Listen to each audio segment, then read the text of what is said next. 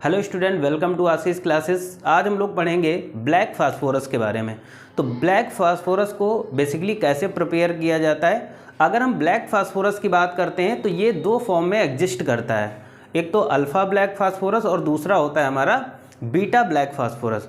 तो alpha black phosphorus को हम कैसे प्रिपेयर कर सकते हैं या बनाते हैं, और बीटा ब्लैक फास्फोरस को हम कैसे बनाते हैं, आइए इन्हीं चीज़ों को हम लोग डिस्कस करते हैं। तो सबसे पहले हम बात करते हैं कि black phosphorus exist in two forms. जैसा कि मैंने पहले बताया कि जो ब्लैक फास्फोरस होता है वो टू फॉर्म में एग्जिस्ट करता है। कौन कौन सा?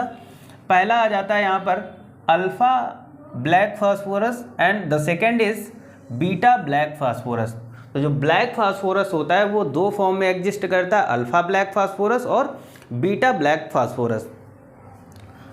अब हम बात करते हैं, पहला स्टेप आ जाता है कि हम अल्फ़ा ब्लैक फास्फोरस को कैसे बनाते हैं। तो when red phosphorus is heated in sealed tube at 813 kelvin temperature, alpha black phosphorus is obtain. देखो, जब हम क्या करते हैं कि हम अल्फ़ा ब्लैक फास्फोरस को कैसे बनाएंगे, तो इसमें क्या होता है कि हमारा जो रेड फास्फोरस होता है उस रेड फास्फोरस को एक सील्ड बॉटल के अंदर, ठीक है, एक सील्ड ट्यूब ले लेते हैं। मतलब जो ट्यूब होनी चाहिए वो सील्ड होगी। सील्ड ट्यूब के अंदर हम रेड फास्फोरस ले लेंगे और उसको 813 केल्विन टेम्परेचर पर क्या करते हैं, उसको हम हीट करते हैं यानी गर्म करते हैं। तो जब गर्म करते हैं तो हमें क्या मिलता है, हमें अल्फ़ा ब्लैक फास्फोरस ऑब्टेन हो जाता है, यानी अल्फ़ा ब्लैक फास्फोरस हमें मिल जाता है या प्राप्त हो जाता है। यहाँ पर देख लीजिए क्या दिया गया है कि रेड फास्फोरस,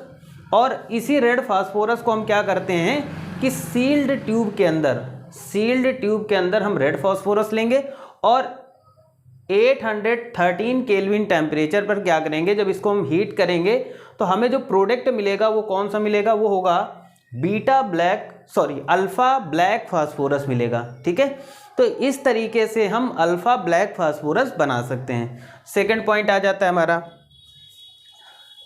अगला पॉइंट है कि when white phosphorus is heated at 473 kelvin, जब हम वाइट फास्फोरस को 473 केल्विन टेम्परेचर पर एंड प्रेशर, और प्रेशर भी वहाँ पर होगा कितना, 4000 to 12,000 ATM, इतने हाई प्रेशर पर। ठीक है, जब क्या करेंगे, इसको हम हीट करेंगे तो हमें मिलेगा क्या, beta black phosphorus is obtain. हमें यहाँ से बीटा ब्लैक फास्फोरस मिल जाएगा। देख लेते हैं, तो देखो वाइट फास्फोरस लेंगे, ठीक, और उस वाइट फास्फोरस को हम क्या करेंगे 473 केल्विन टेम्परेचर पर और हाई प्रेशर कितना होगा 4000 to 12,000 ATM, इतने प्रेशर पर। ठीक है, इतने प्रेशर पर जब हम इसको हीट करेंगे तो ये किस में कन्वर्ट हो जाएगा, ये कन्वर्ट हो जाएगा बीटा ब्लैक फास्फोरस। ठीक है, तो हमने दो मेथड सीख लिए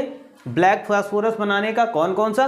पहला हमने सीखा कि अल्फ़ा ब्लैक फास्फोरस कैसे बनाएंगे, और दूसरा हमने सीखा कि बीटा ब्लैक फास्फोरस कैसे बनाएंगे।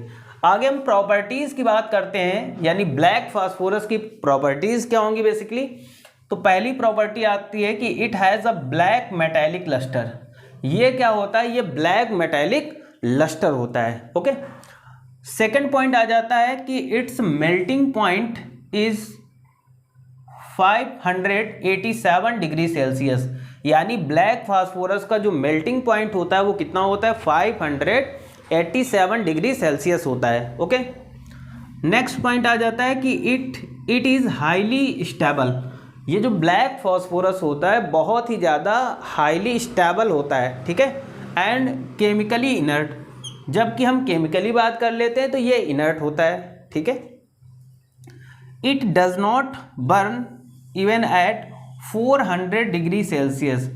400 डिग्री सेल्सियस टेम्परेचर तक ये क्या होता है कि इस टेम्परेचर पर ये बर्न नहीं होता है, यानी जलता नहीं है। ठीक है, तो हमने ब्लैक फास्फोरस के बारे में पढ़ लिया, कितने फॉर्म में ये एग्जिस्ट करता है, बनाते कैसे हैं, और इसकी प्रॉपर्टीज़। ब्लैक फास्फोरस हमारे क्लास 12th की बात कर लें, नीट एग्ज़ाम की बात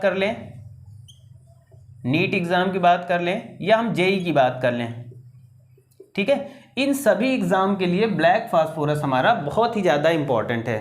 आई थिंक सबको समझ में आया होगा। तो आज के लिए इतना ही रखते हैं। Thank you for this class.